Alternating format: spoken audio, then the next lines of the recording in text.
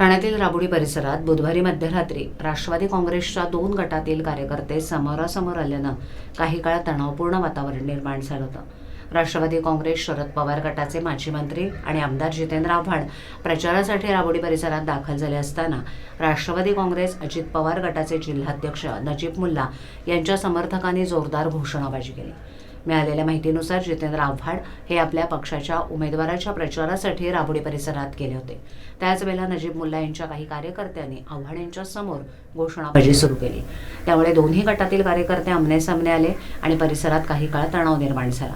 या घोषणाबाजीद्वारे आव्हाड यांना डिवचण्याचा प्रयत्न झाल्याचा आरोप शरद पवार गटाकडून करण्यात आलाय। घटनेची माहिती मिळताच पोलिसांनी तात्काळ हस्तक्षेप करत परिस्थिती नियंत्रणात आणली। कोणताही अनुचित प्रकार घडू नये यासाठी परिसरात पोलीस बंदोबस्त वाढवण्यात आला होता। सुदैवानं या घटनेत कोणतीही हाणामारी किंवा दुखापत झाल्याचं वृत्त नाही। दरम्यान आगामी निवडणुकीच्या पार्श्वभूमीवर ठाणे शहरात प्रचाराला वेग आला असून वेगवेगळ्या राजकीय गटातील आरोप प्रत्यारोप आणि शक्ती प्रदर्शन वाढताना दिसतंय।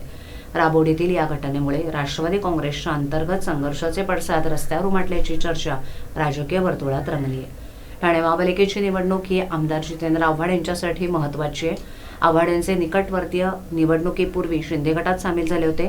त्याआधीच राष्ट्रवादीतील फुटीमुळे आव्हाड यांची ताकद काही प्रमाणात कमी झाली आहे। ठाणे महापालिका निवडणुकीत कळवा मुंब्रा या भागात अधिकाधिक जागा निवडून आणण्यासाठी आव्हाड प्रयत्नशील आहेत।